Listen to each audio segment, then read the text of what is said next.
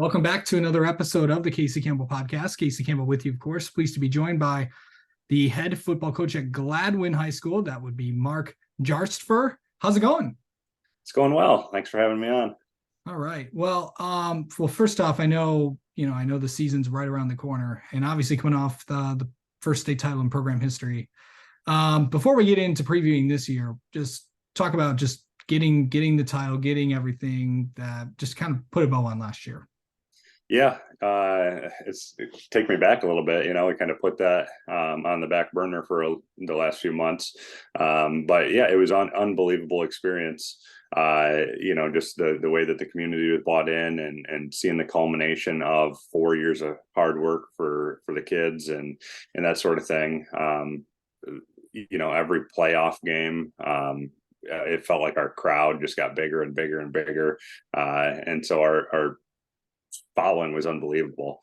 And it was just a really, really special time for our kids and community. Yeah. Okay. So what has this past summer been like for you guys? We've been busy. So, kind of speaking of that, the state title and how that worked, like we played that last game on November 26th, and then spent, most of December doing the victory tour and then Christmas break. And then as soon as we got back in January, we had to try to flip the switch and get back into our winter workouts in the mornings and that sort of thing. And so we were lifting and getting after it 3 days a week from January until June when we got out of school.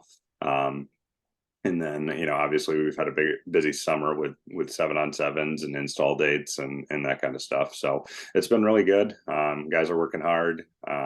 And we're excited for practice to get started here. Yeah. Okay. So let's talk about some of the guys that are going to be returning this year. Well, of course, we're part of the championship team, and then just some guys to maybe watch out for. Yeah, I think a big bright spot for us this year is going to be our offensive line.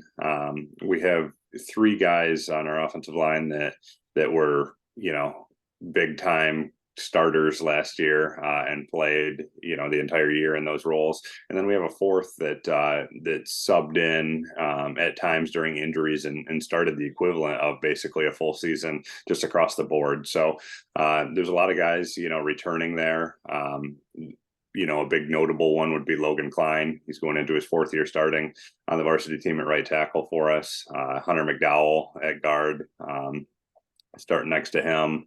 Aiden Samilak, who's a big kid, 6'6", right around 300 pounds, at left tackle. He came up last year as a sophomore and played. He's returning this year as a junior, obviously. And then, that's where everything starts. And so we feel excited about that group being back and getting back into the swing of things. We'll have a couple returning skill guys, but that's where we're losing a lot of pieces offensively. Trace Corlew is coming back, and he is also another kid that's been on the varsity team since his freshman year. He's going in as a junior this year, and so he made some big plays for us. He ran a kickoff return back against Catholic Central in the semifinals last year, and had a game clinching interception on the 2-yard line against Pontiac Notre Dame Prep. And so he's been, performing in whatever role he's given in a big way. But this year, I would expect him to be much, much more involved on offense. And then the last one that I'll mention offensively would be Jace Massey. He's one that's been up since his sophomore year and contributed in a various different multitude of ways. He's a big kid, 6'4", 195 pounds, has an offer from SVSU, and just like a track kid. And so we're excited, about those pieces coming back, and then some of the young guys that are going to be filling in with less experience, filling in the gaps. We think we could be, pretty solid offensively again. Moving over to the defensive side, some similar names over there, obviously. Corlew will be back on that side of the ball as well, somewhere in the secondary, because he was a starter there last year. Jace Massey is one of our starting outside linebackers. Braden Ritchie is going to be starting at outside linebackers, and both of those guys are just big, strong, athletic kids, and so they kind of set the tone for us on the outsides and the edge for us. We will be starting 3 new defensive linemen and 2 new inside backers, and then 3 DBs. So a lot of growing up to do there on that side of the ball. But we have a phenomenal defensive staff with Coach Cody Emiett and some of the assistants that primarily focus their time on the defense. So I have a lot of faith that they'll get those guys up to speed and rolling pretty quickly. Yeah. I know one position we really kind of didn't talk about was, obviously running back, also quarterback. Where are we at in those 2 spots? Yeah, so we have a sophomore, Colton Finger. He is competing with Jace Massey for the starting quarterback spot right now. Both guys are really doing well. And so we'll see where that shakes out. I mean, regardless of what happens, the other one will be on the field somewhere. They're just both phenomenal athletes.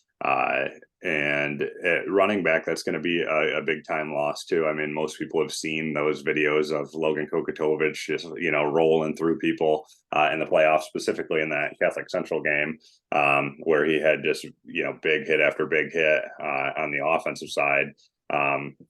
And so that's going to be a huge loss. I mean, he did a lot of things for us, running the ball, but especially in the blocking game. And that's just hard to replace, that kind of grit and what it brings to the table. But Braden Ritchie will be in the mix there. And then we have, because he's the returning guy that's played, a lot of snaps at that position and practice at the varsity level and some in the game.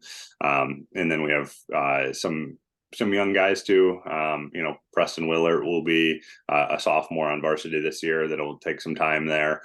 Some returning guys like Josh Lindinger, that'll be a senior and just looking for a spot offensively with some good ability. And so, we'll kind of see how that goes. We plan on using Trace Corlew out of the backfield some, at slot some, at split some. And so we'll be moving guys around and trying to take advantages of matchups where we can get an advantage. Yeah. Okay. So let's talk about the schedule that you guys have. Help me with this. Is it Ogama Heights? Yeah. Ogama Heights out of West Branch. Yep. Okay. Of course, that's who you start off with on the 25th. I'll just run through this. August 31st, home against Harrison. September 8th at Shepherd. September 15th at Clare. September 22nd at Sanford Meridian. September 29th at Pickening. October 6th, home against Pontiac Notre Dame Prep.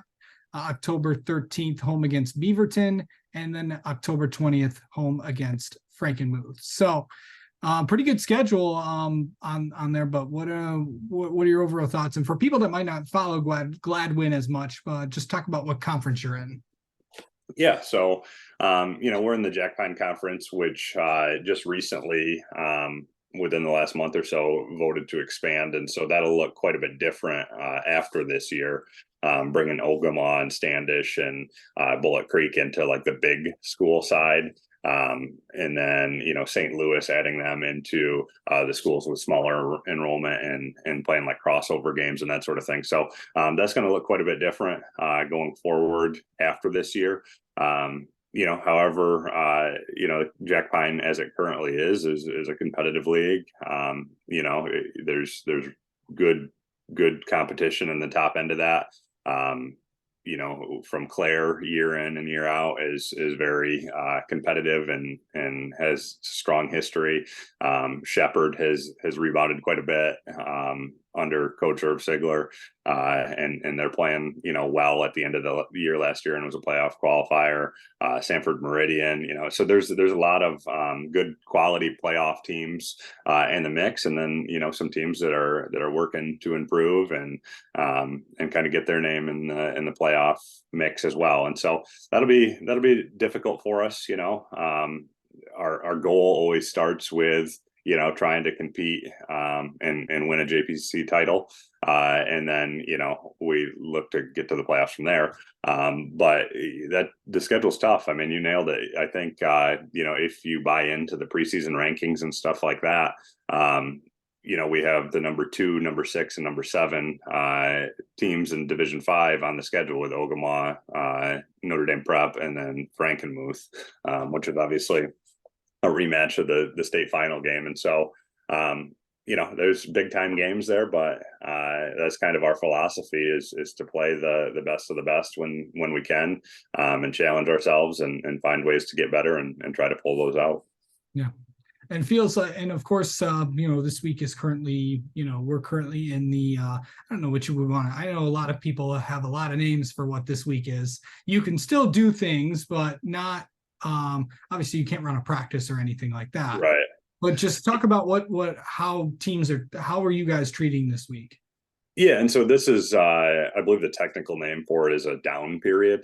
And so there's no football related activities. However, you can do strength and conditioning type activities. And so, we just have our guys do conditioning based circuits, and we'll mix in a little bit of strength training in there. But really the whole idea, I believe with this week is to get guys in a little bit better shape, and kind of start that acclimatization, process before practice starts and it's hot and guys are throwing equipment on and that sort of thing. And so I tell our guys, going into this, the better shape that we can get ourselves into over the summer and through the course of this week is the less conditioning that we'll have to do once practice starts, and the more that we can start to focus on, football related things and installs and that sort of thing.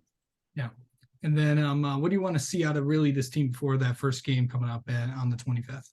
Yeah, it'll be interesting, right? Like Ogama is a team that's bringing a lot of kids back, and I'm sure that with us having the success that we had last year, that everybody's going to want to use us as a kind of a measuring stick. But what I tell our guys all the time is this is a completely different team, and so we just need to play up to our best potential, and then kind of see where the chips align. And so I expect it to be a very physical, hard-nosed type of game, because that's the kind of football that Ogama plays and Coach Miller has installed over there and instilled.